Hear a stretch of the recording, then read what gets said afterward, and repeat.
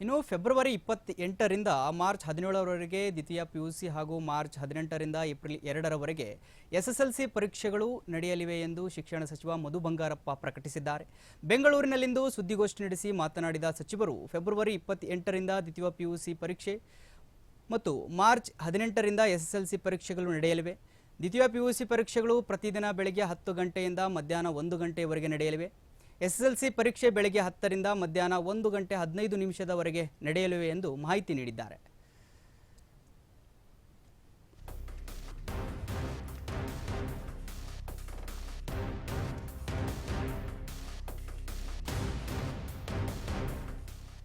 ಹಾಗಾದರೆ ಪಿಯು ಪರೀಕ್ಷೆಯ ವೇಳಾಪಟ್ಟಿ ಹೇಗಿದೆ ಅಂತ ನೋಡೋದಾದರೆ ಫೆಬ್ರವರಿ 28ರಂದು ಕನ್ನಡ ಅರೇಬಿಕ್, ಮಾರ್ಚ್ 2ರಂದು ಭೂಗೋಳಶಾಸ್ತ್ರ, ಸಂಖ್ಯಾಶಾಸ್ತ್ರ, ಮನಃಶಾಸ್ತ್ರ, ಮಾರ್ಚ್ 3ರಂದು ಇಂಗ್ಲೀಷ್, ಮಾರ್ಚ್ 4ರಂದು ತಮಿಳು, ತೆಲುಗು, ಮಲಯಾಳಂ, ಮರಾಠಿ, ಉರ್ದು, ಸಂಸ್ಕೃತ, ಫ್ರೆಂಚ್, ಮಾರ್ಚ್ 5ರಂದು ಇತಿಹಾಸ, ಮಾರ್ಚ್ 6ರಂದು ಭೌತಶಾಸ್ತ್ರ, 7ರಂದು ಐಚ್ಛಿಕ ಕನ್ನಡ, ವ್ಯವಹಾರ ಅಧ್ಯಯನ, ಭೂಗರ್ಭಶಾಸ್ತ್ರ, ಮಾರ್ಚ್ 9ರಂದು ರಾಸಾಯನಿಕ ಶಾಸ್ತ್ರ, ಶಿಕ್ಷಣ ಶಾಸ್ತ್ರ, ಮೂಲಗಣಿತ, ಮಾರ್ಚ್ 10ರಂದು ಅರ್ಥಶಾಸ್ತ್ರ, ಮಾರ್ಚ್ 11ರಂದು ತರ್ಕಶಾಸ್ತ್ರ, ಗೃಹ ವಿಜ್ಞಾನ, ಮಾರ್ಚ್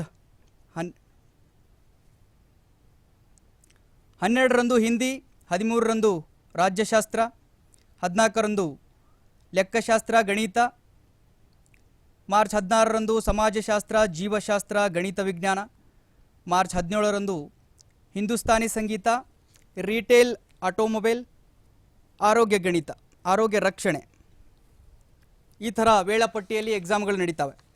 ಅದೇ ರೀತಿ SLC ಪರೀಕ್ಷೆ ವೇಳಾಪಟ್ಟಿ ನೋಡೋದಾದರೆ ಮಾರ್ಚ್ 18ರಂದು ಪ್ರಥಮ ಭಾಷೆ ಕನ್ನಡ, ಮಾರ್ಚ್ 23ರಂದು ವಿಜ್ಞಾನ, ಮಾರ್ಚ್ 25ರಂದು ದ್ವಿತೀಯ ಭಾಷೆ ಇಂಗ್ಲೀಷ್, ಮಾರ್ಚ್ 30ರಂದು ತೃತೀಯ ಭಾಷೆ ಹಿಂದಿ, ಏಪ್ರಿಲ್ 2ರಂದು ಸಮಾಜ ವಿಜ್ಞಾನ SSLC ಪರೀಕ್ಷೆ. ಮತ್ತು ಎರಡನೇ ವೇಳಾಪಟ್ಟಿ ನೋಡೋದಾದರೆ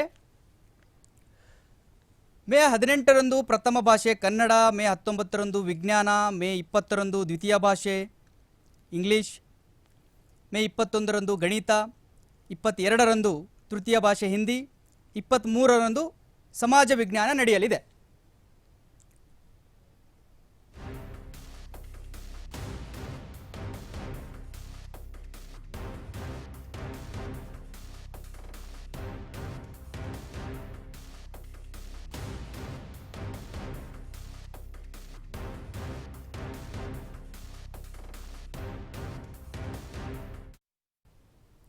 ಬೆಂಗಳೂರಿನ ಗಾಂಧಿ ಭವನದಲ್ಲಿ ಹಿರಿಯ ಪತ್ರಕರ್ತ ದಿವಂಗತ ಪಿ ರಾಮಯ್ಯ ಅವರ ಶ್ರದ್ಧಾಂಜಲಿ ಹಾಗೂ ನಾನು ಹಿಂದೂ ರಾಮಯ್ಯ ಪುಸ್ತಕ ಬಿಡುಗಡೆ ಕಾರ್ಯಕ್ರಮ ನಡೆಯಿತು. ಇನ್ನು ಈ ಕಾರ್ಯಕ್ರಮದಲ್ಲಿ ಮಾತನಾಡಿದ ಮುಖ್ಯಮಂತ್ರಿಗಳ ಮಾಧ್ಯಮ ಸಲಹೆಗಾರರಾದ KV ಪ್ರಭಾಕರ್, ಸಾರ್ವಜನಿಕರ ಬದುಕು ಕಲುಷಿತಗೊಳ್ಳುತ್ತಿರುವ ಹೊತ್ತಲ್ಲಿ ಪಿ ರಾಮಯ್ಯ ಮಾದರಿಯಾಗಿ ಕಾಣ್ತಾರೆ. ಅವರು ಪತ್ರಿಕಾ ವೃತ್ತಿ ಮತ್ತು ರಾಜಕಾರಣದ ಘನತೆ ಹೆಚ್ಚಿಸಲು ಶ್ರಮಿಸಿದ್ರು. ಸಮಾಜದ ಆಗುಹೋಗುಗಳನ್ನು, ಒಳಿತು ಕೆಡುಕುಗಳನ್ನೇ ಧ್ಯಾನಿಸುವ ಪತ್ರಕರ್ತರು ಸದಾ ಧಾವಂತದಲ್ಲಿಯೇ ಇರುತ್ತಾರೆ ಎಂದು ಸಿಎಂ ಮಾಧ್ಯಮ ಸಲಹೆಗಾರ KV ಪ್ರಭಾಕರ್ ಹೇಳಿದರು.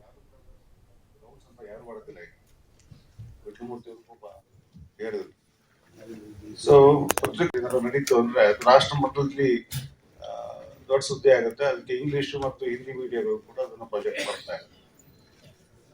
ಇನ್ನು ಪ್ರಭಾಕರ್ ಅವರು ಹೇಳಿದಾಗೆ ಮತ್ತು ಜಯರಾಮ್ ಸರ್ ಹೇಳಿದಾಗೆ ನಮ್ಮ ಲೋಕಲ್ ಮೀಡಿಯಾಗಳಂತೂ ದಿನ ಬೆಳಗಾದ್ರೆ ಆ ನ್ಯೂಸ್ಗಳು ಮನೆ